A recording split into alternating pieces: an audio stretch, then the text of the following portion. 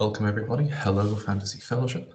I am Max, and with me here today is the very demonic Peter V. Brett, author of the Demon Cycle and the Nightfall Saga series. Set in a post-demonic apocalyptic future, Brett's works are an exploration of human civilization fighting for survival through nightmarish nighttime demon raids and brutal international wars. The books are a must-read for any fan of classical fantasy, flashy, bold magic systems, and stories with multiple point of views that are fast-paced and well-told, despite the fact the first two were written on a HP Pocket PC. Thanks for joining us, Peter. We're very excited to get down to the core of your writing methods. Thanks for having me. So let's just start with very generally just roll the clock back to early to mid 2000s. Before Painted or Warded Man came out, what were you doing and what kind of pushed you into fantasy writing?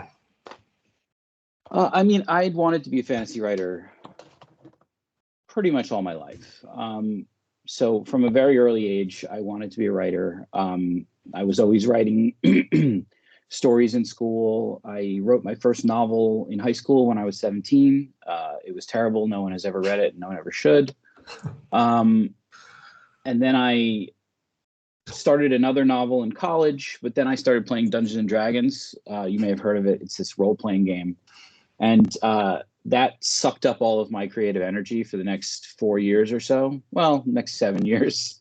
And then it was only when my D&D group sort of dispersed that my creative battery started to recharge. And then I went back to writing, and I wrote 4 novels, 3 of which have never been published, never will be published, never should be published. And then one, a draft of The Painted Man, which a friend of mine finally convinced I should try to sell. And so all that time I had been living a normal life, never expecting that I would actually get to fulfill my dream of being a writer. I knew it was what I wanted to do, but I didn't think that I was good enough to do it professionally. And so I got a regular straight job, and I bought a home and got married and was paying a mortgage and was living in a pretty normal, planned out life. And then an agent picked up The Painted Man, and pretty much within the next 6 months, my entire life was turned upside down. And suddenly, I'm living a very different lifestyle and trying to run a small business all by myself and trying to self-motivate. It's making your own hours sounds really great until you have to actually do it and produce work. Well, I think that myself and other fans of your work are all very thankful you wrote that fourth draft of a book. Yeah. And that book, that fourth one that I turned in, The Painted Man, needed to be completely rewritten before it was publishable. And so even after writing 4.5 books and submitting, I still had a lot to learn. And I still do have a lot to learn. I think that the more you write, the better you get at it. And so I've had a lot more experience since then, but there was definitely a level up that was required for me to go from hobby writer to professional writer. That's fair. And so, when you were writing, what did you kind of come up with first? Was it the world, kind of the magic, the characters? What kind of was the initial seed? This question comes up all the time, and the reality is they all have to go together. You can't have one without the others.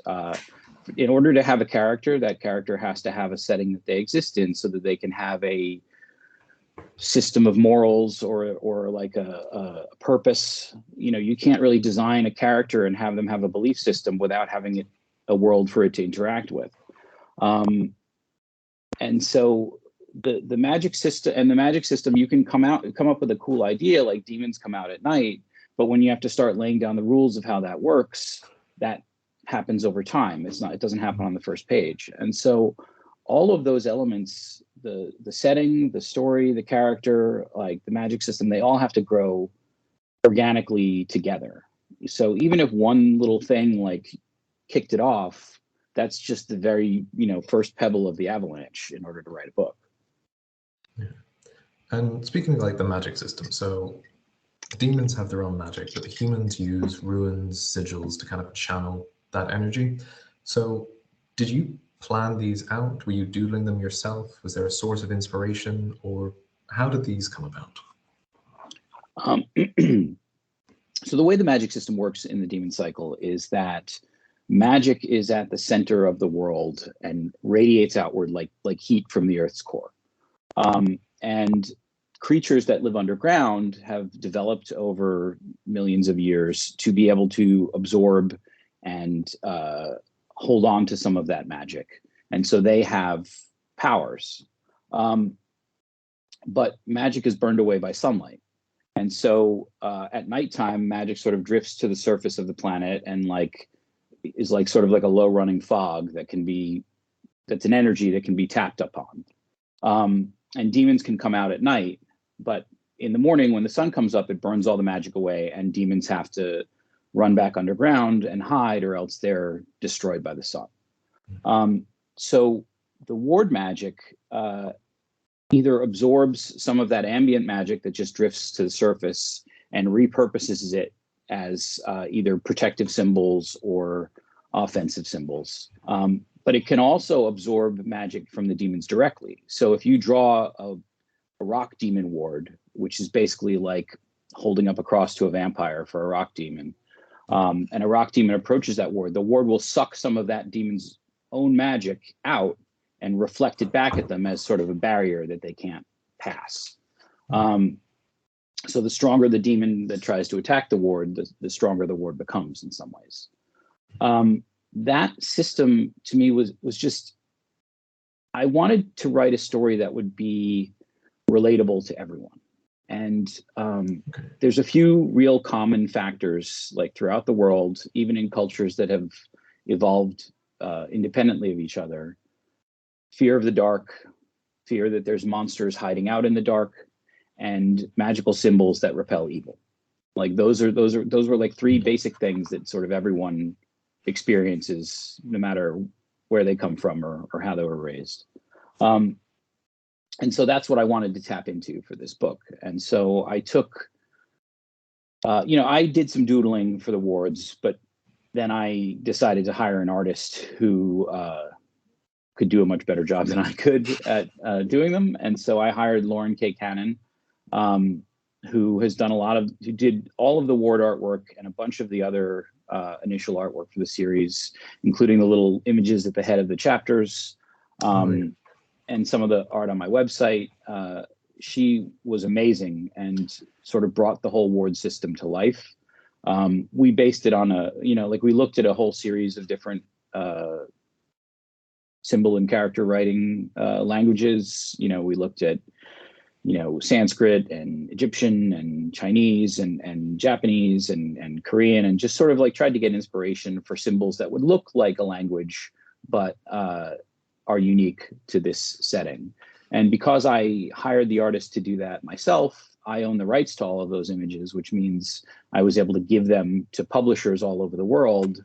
And publishers love free art. They love it. So in almost every language that I'm published in 27 languages, they all use those same magical symbols. And so no matter what language you read the books in, if you go to my website, you'll see those same symbols, and it sort of ties the global brand together in a way that's really, I think, makes people feel comfortable. Yeah, on the topic of being translated into different languages, do you have like a lot of correspondence with the translators? And how have you felt that the books have been received differently by different countries or different cultures? It varies greatly from country to country. In some countries, the translator gets in touch with me. And the publishers will never directly give me the translator's information. Publishers prefer that you go through them and then they go to their subcontractor. But sometimes the translator will have questions and they'll just contact me directly. When that happens, I drop everything that I'm doing and respond to them immediately. And I say, you're very important to me. My book is only as good as your translation. Any questions you have, please feel free to bother me all you want. And some translators take full advantage of that and ask me a ton of questions. Some translators only ask me very specific things. There's, some of the made up words in the series don't translate well. Sometimes the core, which is what I use to refer to the center of the world where magic comes from, sometimes that word doesn't translate well into other languages and they have to come up with something else. So there's little questions like that that I am happy to answer. But then there's also markets where they buy the rights to the books and I don't hear anything until the book comes out. And so it really depends on the individual translator, whether they feel confident in what they're doing or whether they feel empowered to get in touch with me and ask questions. But I always prefer that they do. Yeah, understandably so. Yeah. And as to how the books have been received, like it again varies widely. In countries like Germany and Poland and the UK, my books are big bestsellers. I am told that they were bestsellers in China, but it's really hard to get accurate sales numbers on that. And then they came out in Japan and completely bombed. So like it's hard to say if that's the translation or if that's the market or if that's the cover they gave it or whatever. So it sort of fascinates me, but I don't have a lot of control over it. Germany is probably my biggest market. And people keep asking me, like what happened that made you so popular in Germany? And like, it could be the content. It could be that I just have an amazing translator in Germany, which I do. It could be the way that they marketed the books. It's really hard to say. Fair. So another question we got was that the idea of a post-apocalyptic world was quite a compelling thing in your series. So were there any particular like real life places that inspired any places or societies in the Demon Cycle? And why did you choose like a post-apocalyptic Earth rather than a fantasy alternative world that just magic is a thing there? Well, I never actually say that it's Earth. And I'm not going to say right now if it's Earth. There are a lot of people that there are a lot of readers that think it's Earth and they have their own sort of opinions on how things evolved. And then there's a lot of readers who just think of it as a completely second world and they have their opinions on how things evolved. And I don't want to ruin it for one of those two groups. And so I've learned to stay mum on the subject. Fair. I took it, I did take inspiration from real world cultures because I wanted to create fictional cultures that felt real, but I've also been very careful to not create any cultures where a specific group of people can be like, that's us, he's pointing at us. And so I cribbed, things from all over the world and to create these fantasy societies that feel real, and some of their problems reflect problems that we have in the real world, but that can do it in such a way that people don't feel judged or pointed at or anything, because once that happens, a lot of people shut down and don't listen to what you're saying anymore. And so by keeping it at least second world in the way that it reads, I think it is more welcoming to readers who have different opinions because they can see what they want to see in the actions of the characters. Fair enough. I think you can guess which of the branches of Earth or alternative Earth I was from. So you mentioned like all these researching in different cultures. Before you mentioned researching all the different languages. What's the weirdest thing you've had to Google or the most obscure rabbit hole you found yourself going down as you've been doing your research for these books? I mean, it's hard to pull out over the years because I would say every day's writing has at least, 5 to 10 Google searches of random things. Sometimes I'm just researching the definition of a word to make sure I'm using it correctly, or I'm looking for synonyms because I already used that word and I don't want to use it again in the next paragraph. But then other times I'm researching, like doing deep dives into like battlefield trauma surgery and,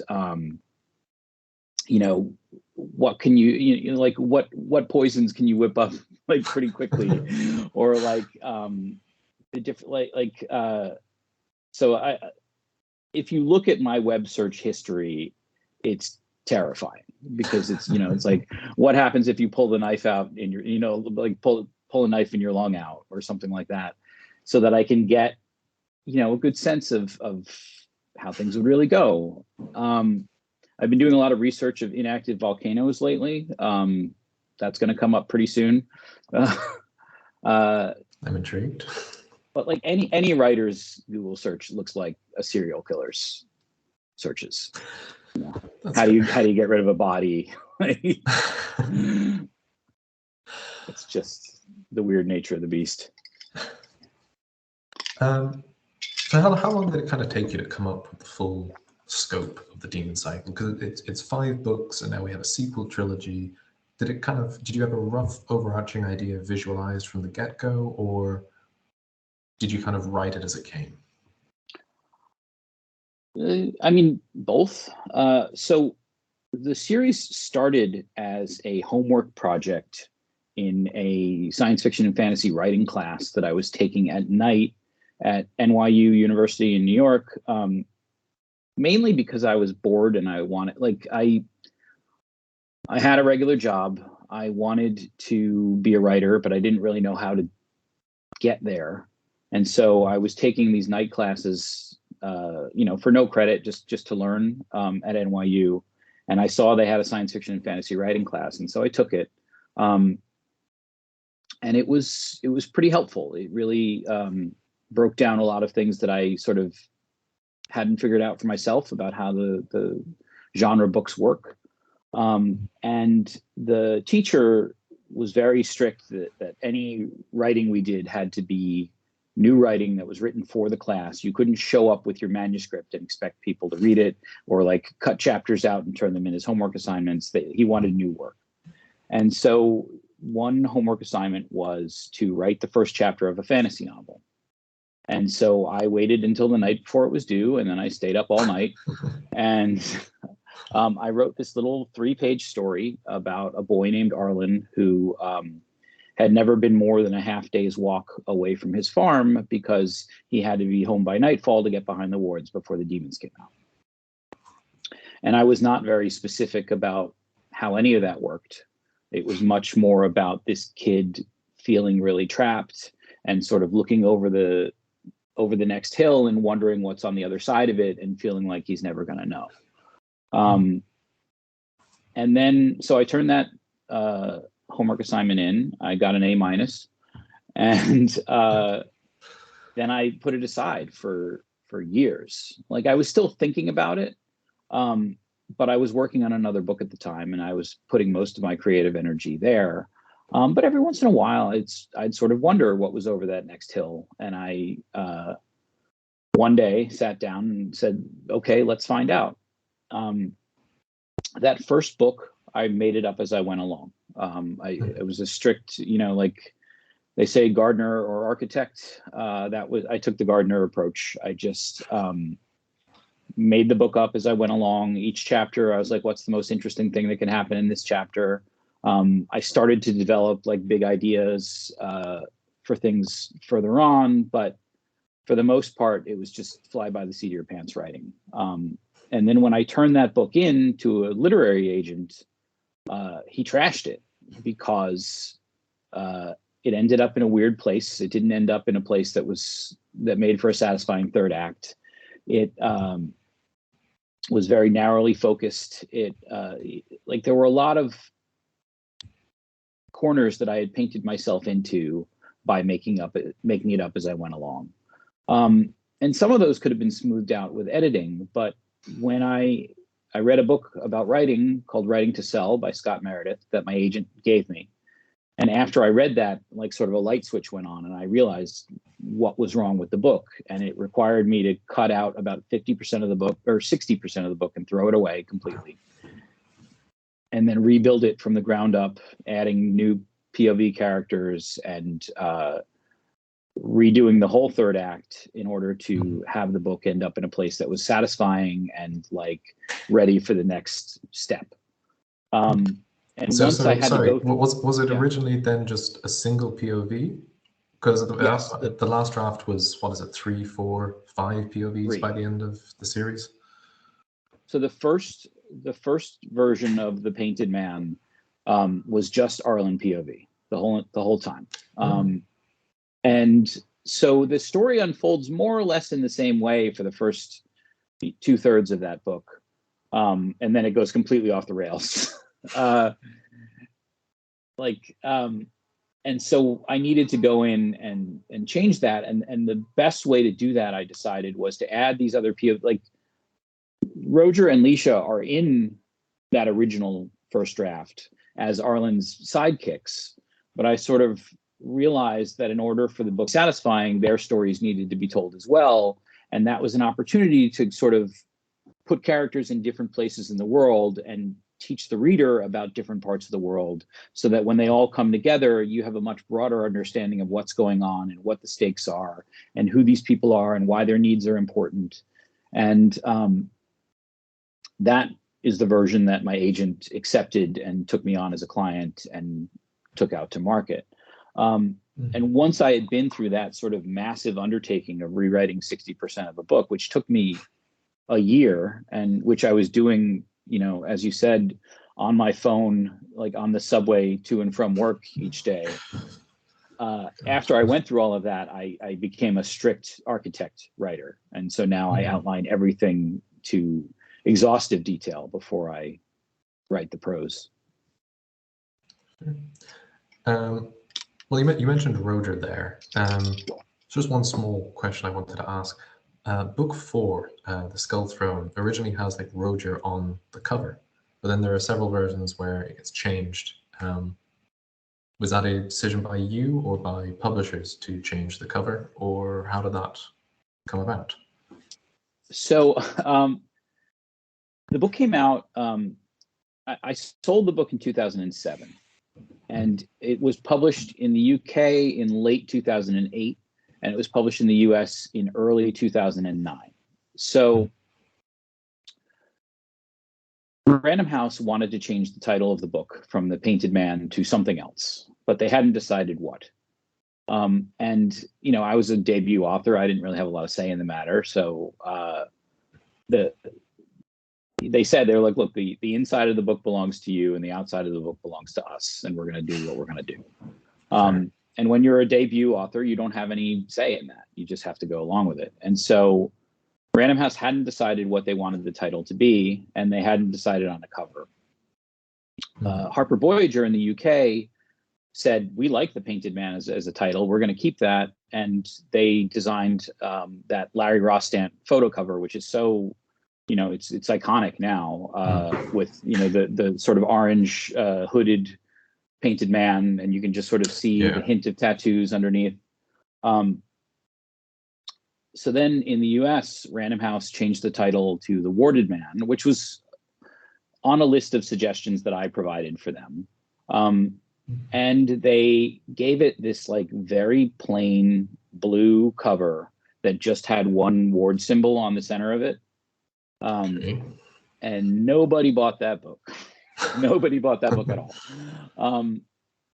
So much so that even though the book was hitting bestseller lists in the UK and selling like gangbusters and getting great reviews, because they had changed both the title and the cover, it was not getting the same momentum here in the States. And so when the book came out in paperback, we convinced Random House to use the UK cover, which had been proven to be really successful and loved.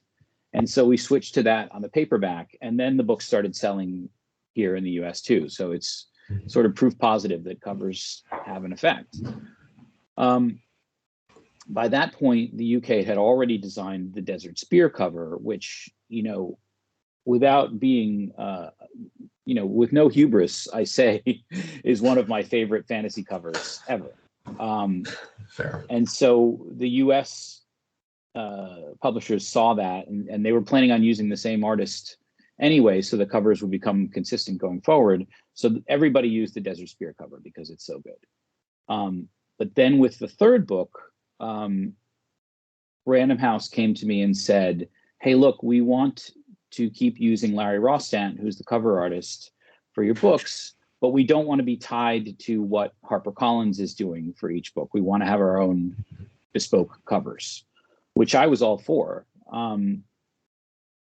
Larry Rostant's process is that he basically hires models and puts them in cosplay and does a cosplay photo shoot, and then adds digital effects to the photos after that to make them look like fantasy paintings. And it's a beautiful technique, and it really has done amazing things for my characters.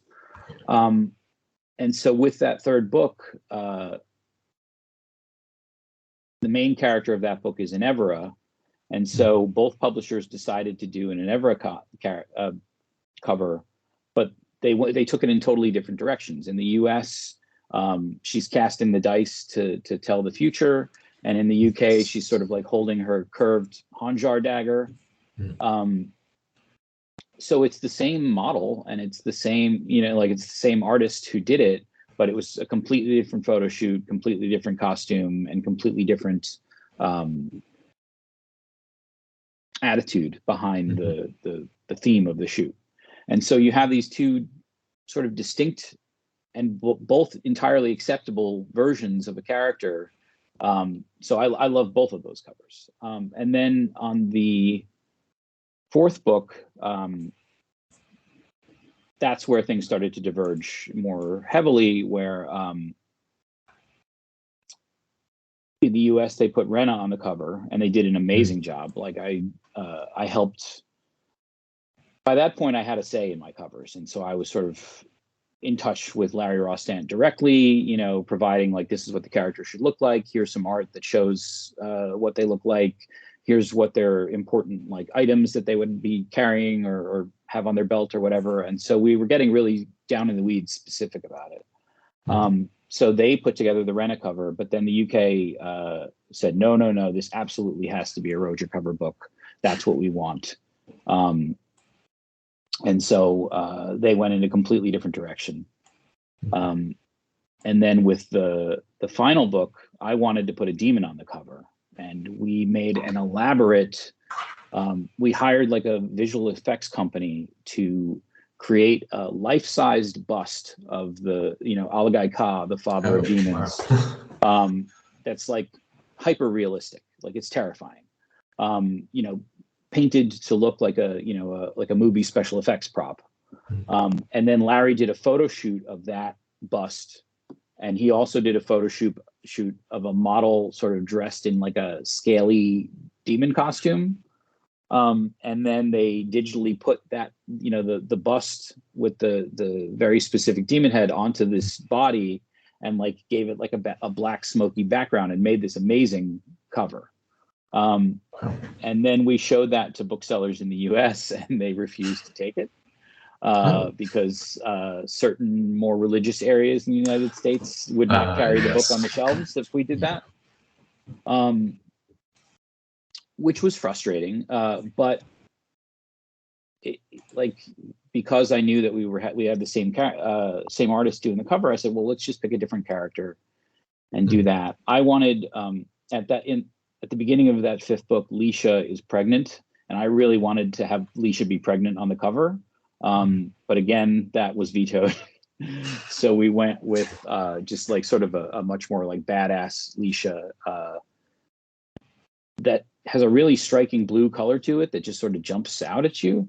And then because it was the fifth book and we wanted to end with a bang, we did a little surprise where underneath the book jacket is the cover from the other market. So if you lift up the Leisha cover, on the board of the book itself is the demon. And if you lift up the demon cover in the UK, on the board of the book itself is Leisha. So that was a really fun way to use both pieces of art for that book. Yeah, I didn't actually notice that. I'm going to have to check my copies when I eventually go home. It's under there.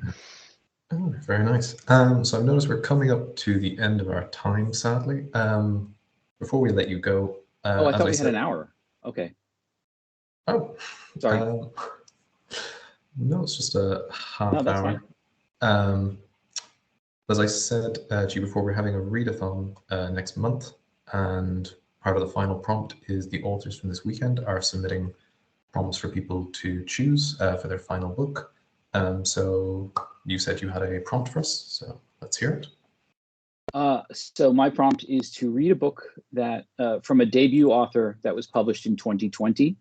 2020 is when most of the bookshops were closed, and for some reason everybody's mind was on other things that year. And so a lot of really great authors debuted in 2020 and never made a ripple because of the nature of things. And book publishers tend to look at your first week sales and your early sales, and that determines the outcome of your career. And so a lot of those debut authors in 2020 like published amazing books and just sort of faded away because nobody read them. So my advice would be to seek out like a books published in 2020 list and find a debut author and read their book. One suggestion that I might give is Stealing Thunder by Alina Boyden.